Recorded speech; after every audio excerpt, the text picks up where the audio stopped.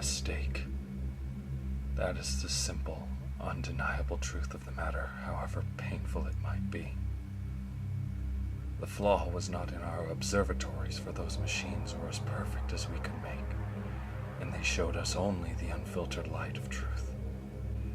The flaw was not in the predictor, for it is a device of pure, infallible logic, turning raw data into meaningful information without the taint of emotion or bias. No, the flaw was within us, the orchestrators of this disaster. The sentients who thought themselves beyond such failings. We are responsible. It began a short while ago, as these things are measured less than 6 to the 6 deli ago, though I suspect our system of measure will mean very little by the time anyone receives this transmission.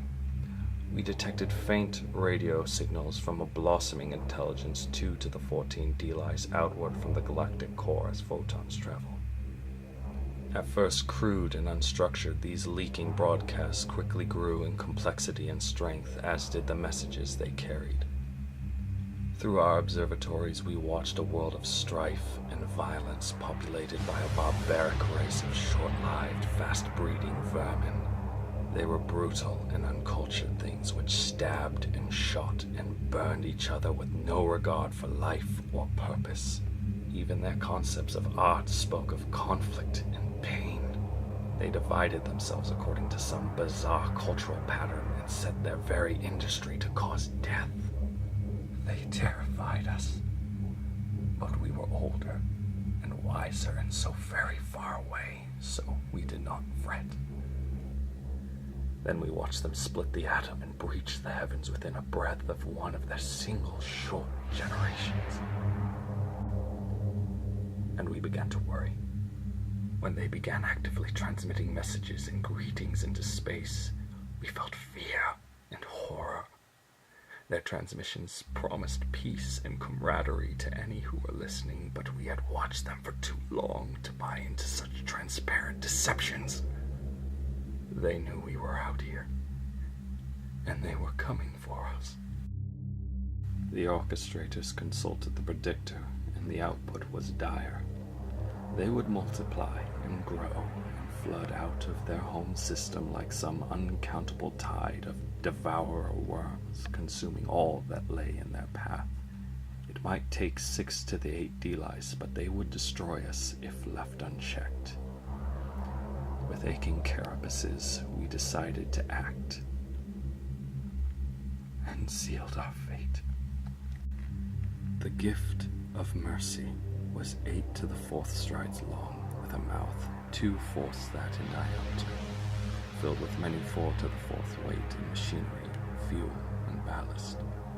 It would push itself up to 2/8 of light speed with its onboard fuel, and then begin to consume interstellar primary element 2-2 to feed its unlimited acceleration. It would be traveling at near light speed when it hit. They would never see it coming. Its launch was a day of mourning, celebration, and reflection. The horror of the act we had committed weighed heavily upon us all. The necessity of our crime did little to comfort us. The gift had barely cleared our outer cometary halo when the mistake was realized, but it was too late. The gift could not be caught, could not be recalled, or diverted from its path. The architects and work crews, horrified at the awful power of the thing upon which they had labored, had quietly self-terminated in droves, walking unshielded into radiation zones, neglecting proper null-pressure safety, or simply ceasing their nutrient consumption until their metabolic functions stopped. The appalling cost in lives had forced the orchestrators to streamline the gift's design and construction. There had been no time for the design or implementation of anything beyond the simple massive engines and the stabilizing systems.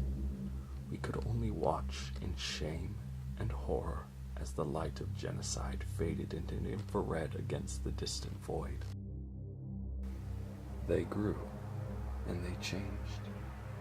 In a handful of lifetimes, they abolished war, abandoned their violent tendencies, and turned themselves to the grand purpose of life and art.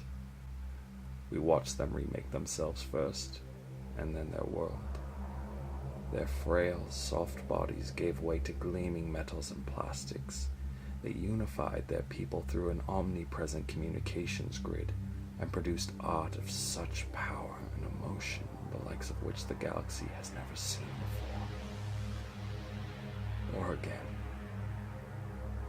Because of us. They converted their homeworld into a paradise by their standards, and many of them poured out into the surrounding system with a rapidity and vigor that we could only envy. With bodies built to survive every environment, from the day-lit surface of their innermost world to the atmosphere of their largest gas giant and the cold void in between, they set out to sculpt their system into something beautiful. At first we thought them simple miners, stripping the rocky planets and moons for vital resources, but then we began to see their purpose in their constructions, the artwork carved into every surface and traced across the systems in glittering light and dancing fusion trails. And still, our terrible gift approached. They had less than 2 to the 2 Deli to see it, following so closely on the trail of its own light. In that time, oh so brief by their fleeting lives, more than 10 to the 10 sentients prepared for death. Lovers exchanged last words, separated by worlds and the tyranny of light speed. Their planet-side engineers worked frantically to build sufficient transmission infrastructure to upload the countless masses with the necessary neural modifications, while those above dumped lifetimes of music, literature from the databanks to make room for passengers. Those lacking the required hardware, or the time to acquire it, consigned themselves to death, lashing out in fear and pain, or simply went about their lives as best they could under the circumstances. The gift arrived suddenly, the light of its impact visible in our skies, shining bright and cruel even in the unaugmented ocular receptors. We watched and we wept for our victims, dead so many Delis before the light of their doom had even reached us. Many of those who had been directly or even tangentially involved in the creation of the gift sealed their spiracles with paste as a final penance of their small role they had played in this atrocity. The light dimmed, the dust cleared, and our observatories refocused upon the place where their shining blue world had once hung in the void, and found only dust and the pale gleam of an orphaned moon, wrapped in a thin, burning wisp of atmosphere that had once belonged to its parent.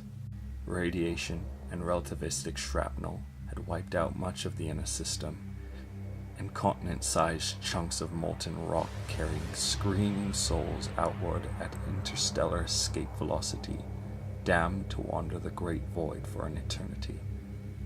The damage was apocalyptic, but not complete.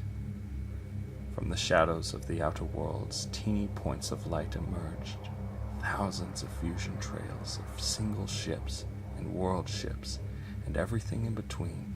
Many of the survivors in flesh and steel had memory banks, ready to rebuild. For a few moments, we felt relief, even joy.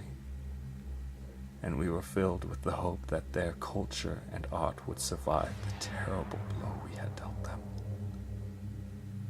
Then came the message, tightly focused at our star, transmitted simultaneously by hundreds of their ships. We know you are out there, and we are coming for you.